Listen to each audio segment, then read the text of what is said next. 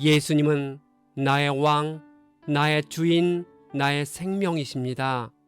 하나님 아버지, 이스라엘 백성이 철저히 준비한 후 광야 여정을 시작하는 모습을 봅니다.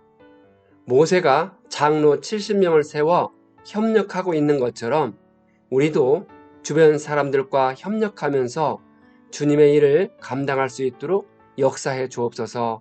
예수님의 이름으로 기도합니다. 아멘. 오늘 읽을 말씀은 민수기 9장부터 11장입니다. 이 말씀의 핵심은 첫째, 이스라엘 백성은 두 번째 유월절을 출애굽 2년 1월 14일에 지켰습니다. 둘째, 이스라엘 백성들은 출애굽 2년 2월 20일에 시내 광야를 출발했습니다. 셋째, 모세가 장로와 지도자가 될 만한 사람 70명을 세워 백성의 짐을 같이 졌습니다. 9장 모세와 이스라엘 백성은 이집트에서 나온 다음 해 1월 14일 해 질 때에 시내 광야에서 여호와께서 모세에게 명령한 대로 유월절을 지켰습니다. 이때는 성막을 세운 직후이고 군대 편성을 위한 인구조사를 하기 전입니다. 이스라엘 백성은 유대 종교력으로 정월 14일 해질 무렵에 유월절을 지켰습니다. 만약 부정한 일이나 먼 여행길 같은 불가피한 사정이 있어서 유월절을 지키지 못했다면 한 달 후인 2월 14일 저녁 때에 지켜야 했습니다. 후일 히스기야 왕과 백성들이 2월 14일에 유월절을 지켰습니다.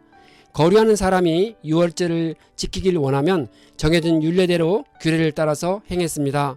오늘날에도 유대인들은 구약시대의 규례를 따라 유월절 행사를 기념합니다.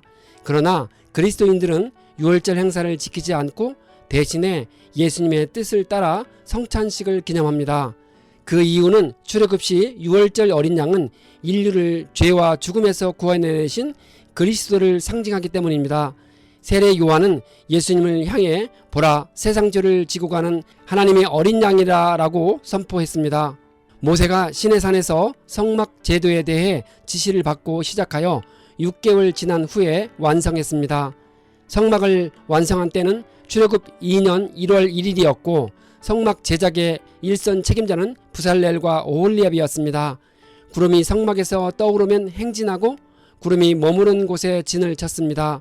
구름 기둥과 불 기둥은 각기 다른 두 개의 기둥이 아닙니다. 한 개의 기둥 같은 모양이 낮에는 구름으로 저녁 때부터 아침까지는 불로 나타난 것입니다. 구름은 찌는 듯한 광야의 낮더위를 막아주고 불은 낮과 밤의 큰 일교차로 인해 급격히 추워지는 광야의 밤 추위를 막아주었습니다. 이틀이든지 한 달이든지 1년이든지 구름이 성막 위에 머물러 있는 동안에 진영 안에 있다가 구름이 떠오르면 행진했습니다. 성막 위의 구름은 하나님의 인도와 동행을 의미합니다. 10장 하나님은 모세에게 출발과 멈춤 등 모든 신호를 은나팔 2개로 하게 하셨습니다. 2개의 나팔을 동시에 불거나 하늘을 불거나 크게 불거나 하여 나팔 소리로 모든 신호를 보냈습니다. 이스라엘 백성은 가나안 땅을 정복하러 가는 큰 군대였기 때문에 지휘관들은 나팔을 불어 여러 명령을 전달해서 백성들을 효율적으로 통솔했습니다. 나팔 소리는 이스라엘 백성을 지휘하는 하나님의 음성이었습니다. 그들은 번제물과 화목제물을 드리며 나팔을 불어야 했는데 나팔 소리로 인해 하나님이 이스라엘 백성을 기억하신다고 합니다. 이스라엘 백성은 출애굽 2년 2월 20일에 구름이 성막에서 떠오를 때 시내산을 떠났습니다. 그들은 시내 광야에서 행진을 시작하여 바란 광야까지 갔습니다. 출애굽 원년이 주전 1446년 1월 15일이었으므로 이때는 출애굽한 후로부터 만 1년 1개월 5일이 지난 때였습니다. 이스라엘 백성이 출애굽한 지 2달 만에 시내산에 도착했고 그곳에 머문 지 만 11개월 5일 만에 떠났습니다. 고앗인이 이르기 전에 성막이 세워질 수 있었는데 그 이유는 성막의 전체 뼈대와 구주를 이루는 성막 부품을 운반하는 게르손 자손과 무라리 자손이 먼저 도착하여 성막을 조립함으로써 자리를 잡았기 때문입니다. 행진할 때 4대로 나누어 갔으며 제1대의 선두는 유다 자손이 갔습니다. 제2대는 루벤 진기, 제3대는 에브라임 진기, 제4대는 단 진기였습니다. 각 진기에는 3개 지파가 편성되어 있었습니다. 게르손 자손과 무라리 자손이 성막을 메고 출발했고 고핫 자손이 성문을 메고 행진했습니다. 모세는 그의 처남 호밥에게 광야를 같이 가기를 청하였습니다. 본래 호밥은 고향인 미디안 땅으로 돌아가려 했지만 모세의 강권을 받아들인 것 같습니다. 후일 사사시대에 호밥의 후손이 가나안 땅에 정착한 것으로 볼 때 그는 모세의 청을 받아들여 광야 생활하면서 도와주었던 것으로 보입니다. 맨 앞에서 행진을 이끈 것은 여호와의 언약궤였습니다. 모세와 아론과 언약궤를 맨 제사장들이 가장 앞서서 이스라엘 행진을 이끌었습니다. 이스라엘 백성이 3일 길을 갈 때 여호와의 언약궤가 앞서가며 쉴 곳을 찾았습니다. 모세는 언약궤가 떠날 때나 멈출 때 하나님께 외치며 행진해 갔습니다. 11장 하나님께서 이스라엘 백성이 악한 말로 원망하는 소리를 들으시고 불을 나게 하여 진영 끝을 사르셨습니다. 여호와의 불은 자연스럽게 발생한 불이 아니라 하나님에게서 비롯된 초자연적인 것입니다. 따라서 이 불은 갑작스러운 번개로 인한 것이었거나 아니면 성막 위에 구름으로부터 뿜어져 나왔을 것입니다. 백성이 모세에게 부르짖고 모세는 여호와께 기도하니 불이 꺼졌습니다. 그곳 이름을 디베라라 불렀습니다. 출애굽할 때 여러 가지 이유로 이스라엘 백성과 같이 나온 다른 인종들이 탐욕을 품으니 이스라엘 사람들이 고기가 없다고 울었습니다. 이집트에 있을 때는 값없이 생선과 오이와 마늘 등을 먹었는데 만나 외에는 아무것도 없다고 불평을 했습니다. 다른 인종들은 아브라함과 이삭과 야곱의 후손인 이스라엘 백성들과는 달리 여호와 신앙이나 히브리인으로서의 민족적 자긍심 그리고 가나안 땅에 대한 소망 등이 현저히 결여됐기 때문에 항상 불평 불만의 시초가 되었습니다. 왜 이스라엘 백성들은 자주 불평을 터뜨렸을까요? 그들은 참을성이 없었고 좁은 시야를 가졌습니다. 당장에는 광야 생활이 힘들고 또 많은 율법을 실천하는 일이 쉽지 않겠지만 그래도 장차 주어질 하나님의 약속의 땅을 기대하며 소망 중에 인내하기보다는 뒤에 남겨진 이집트 땅의 노예 시절이 더 편안하고 안전한 것처럼 생각했습니다.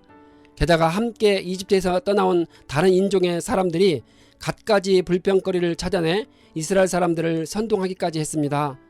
백성들이 우는 소리를 들은 모세가 하나님께 기도하며 하소연을 했습니다. 책임이 너무 무거워서 혼자는 감당하기 어렵다고 간구하며 자신을 죽여달라고 부르짖었습니다. 하나님께서 모세의 기도를 들으시고 장로 70명을 세워서 짐을 나눠주게 하겠다고 하십니다. 고기를 주어 먹게 하시는데 코에서 냄새가 날 때까지 한 달 동안 먹게 하겠다고 하십니다. 모세는 장정만 60만 명인데 어떻게 고기를 먹이시겠다고 하십니까? 라고 반문하며 믿음 없는 말을 합니다. 하나님은 내 손이 짧아 그것을 못하겠느냐라고 말씀하시고 일이 실행되는 것을 보게 될 것이라고 하십니다.